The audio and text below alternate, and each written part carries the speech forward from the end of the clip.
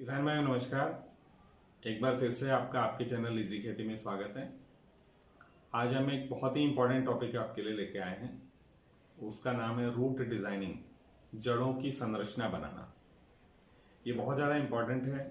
आप में से बहुत सारे लोगों ने इसके बारे में कभी भी नहीं सुना होगा और शायद इसके बारे में सोचा भी नहीं होगा, क्योंकि अक्सर जब किसान नया पौधा लगाता है तो हमारे पास फ़ोन आते रहते हैं, सर पौधा बढ़ नहीं रहा, उसको बड़ा करने के लिए कुछ बताइए, कुछ टॉनिक डाल दें। तो किसान भाइयों, आज ये वीडियो देखने के बाद से आप जब नया पौधा लगाते हैं तो उसके ऊपर की बढ़वार का तो आपको ध्यान रखना ही है, पर आप उसके नीचे की जो बढ़वार है जड़ों की, जो जड़ों की संरचना है, उसके बारे में भी उतना ही गंभीरता से सोचना शुरू करिए, क्योंकि ये बहुत ज़्यादा जरूरी होता है। अब रूट डिजाइनिंग क्या है, जड़ों की संरचना बनाना क्या होता है, इसको हम समझ लेते हैं।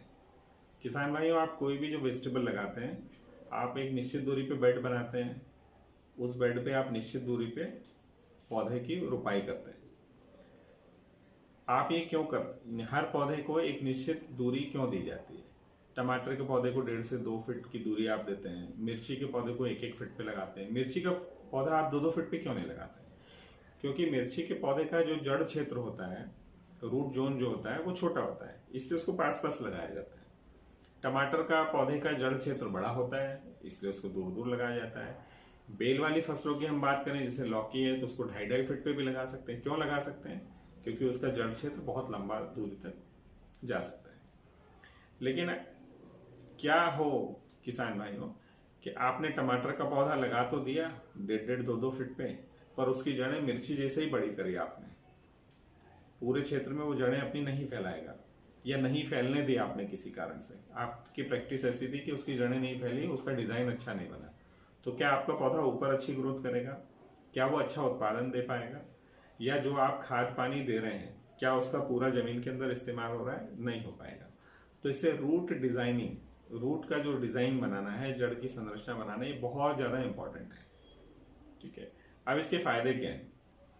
जितना अच्छा आपका रूट का डिजाइन होगा, जितना बड़ा उसका जड़ क्षेत्र होगा, जितना अच्छा उसका विकास हुआ होगा, उतनी जगह में से वो दिए गए खाद को और पानी को उठाएगा और ऊपर भेजेगा, जिससे ज्यादा फल फूल और उत्पादन आपका आएगा। उतना ही ज्यादा पौधा आपका मजबूत रहेगा, बीमारियों से लड़ पाएगा, मौसम में आए हुए बदलाव का वो मुकाबला भी कर पाएगा। ठीक है, कई बार आप देखते हैं जब आपने कोई बीमार पौधा उखाड़ा, तो आप देखते हैं उसकी जड़ें अपेक्षाकृत बहुत छोटी सी रहती हैं। तो जड़ क्षेत्र कम होने से बीमार पौधा या तो बीमार है तो जड़ क्षेत्र नहीं बना पाएगा, और अगर जड़ क्षेत्र छोटा है तो वो बीमार भी हो जाएगा। तो दोनों ही चीजें आपस में जुड़ी हुई हैं। अब रूट डिजाइन का अच्छा होना, जड़ों की संरचना का अच्छा होना क्यों जरूरी है, आप वैसे तो समझ ही गए होंगे। लेकिन रूट डिजाइन अगर अच्छा है तो पौधा अच्छा खाद उठाएगा, हृष्ट पुष्ट रहेगा, रोग मुक्त रहेगा, ज्यादा उत्पादन देगा। ये बहुत ज्यादा जरूरी है किसान भाइयों, और इसके लिए आपका कुछ जेब से खर्चा नहीं लगना है। विश्वास मानिए, रूट का डिजाइन बनाने के लिए आपको अलग से कोई खर्चा नहीं करना है। तो अब हम जाने इसको करना कैसे। किसान भाइयों, मैंने एक डिस्क्रिप्शन में लिंक शेयर करा एक वीडियो का। आप मेरा ये वीडियो देखने के पहले वो वीडियो देखिए। जब आप वो वीडियो देख लेंगे, उसके बाद की कड़ी में आप ये वाले जो रूट डिजाइनिंग वीडियो है, आप इसको देखिए, तो आपको बेहतर समझ में आएगा। जब भी आप कोई पौधा लगाते हैं तो उसके पहले आप क्या करते हैं, बेड को गीला करते हैं अच्छे से। 2 दिन पहले, 3 दिन पहले, 3, 4, 5, 6 घंटा आप ड्रिप चलाते हैं, डिपेंड करता है आपकी सॉइल के हिसाब से आप उसको गीला करते हैं। उसके बाद आप 2 दिन बाद में जब मिट्टी भुरभुरी होती है तो पौधा लगाते हैं। पौधा लगाने के बाद पिछले वीडियो में दिए गए लिंक के अनुसार आप उसमें आधा लीटर करीब पानी हाथ से डालते हैं, ताकि पौधा आपका अच्छे से सेट हो जाए। जब आप ये पहला पानी डालते हैं, उस पानी में आप अगले 5 से 10 दिन का खाद भी पौधे को दे दीजिए। जब पौधा छोटा रहता है तो उसकी खाद की मात्रा भी बहुत कम लगती है उसको, तो वो जो छोटी मात्रा उसको लग रही है, वो पहले दिन आप ड्रेंचिंग में दे दीजिए। हम एक उदाहरण लेके चलते हैं कि आपने मिर्ची की फसल लगाई है और आपकी मध्यम प्रकार की मिट्टी है, ना तो बहुत काली मिट्टी है और ना ही बिल्कुल रेतीली मिट्टी, मध्यम मिट्टी में आपने मिर्ची का पौधा लगाया। तो मिर्ची का पौधा लगाने के बाद में तुरंत बाद आप करीब आधा लीटर पानी उसमें डालिए। उसमें खाद जो अगले 5 दिन का उसको लगना है वो भी उसमें दे दीजिए। अब अगले 5 दिन ना तो आपको ड्रिप चलाना है, ना हाथ से कोई और ड्रेंचिंग करनी है जिससे उस पौधे को पानी मिले। तो अगले 5 दिन 7 दिन मौसम के हिसाब से भी आपको देखना है। और आपको ये भी देखना है कि मान लीजिए आपने डिसाइड करा कि मैं 5 दिन पानी नहीं दूंगा इसको, क्योंकि मुझे रूट जोन बनाना है, इसका रूट का डिजाइन अच्छा करना है। पर 5 दिन में भी आपको लगता है कि आपका पौधा अच्छा खड़ा है, उसको पानी की जरूरत महसूस नहीं हो रही है, तो ये समय अवधि आप बढ़ा दीजिए, है ना। हर दिन आप पौधे को देखिए, जब आपको लगे कि हाँ अभी पानी बिल्कुल मांगने ही लगा है, अब इसको पानी देना जरूरी होगा, तब अगला पानी उसको दीजिए।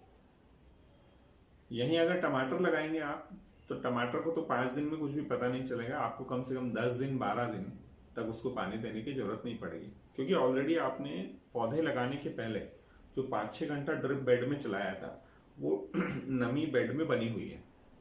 आपका पौधा उसी नमी का उपयोग कर करके अपना काम चलाता रहेगा। जैसे जैसे वो नमी कम होगी बेड में 5 दिन में 10 दिन में, तो पौधा अपनी जड़ों को पानी के लिए और अंदर बेड में फैलाएगा।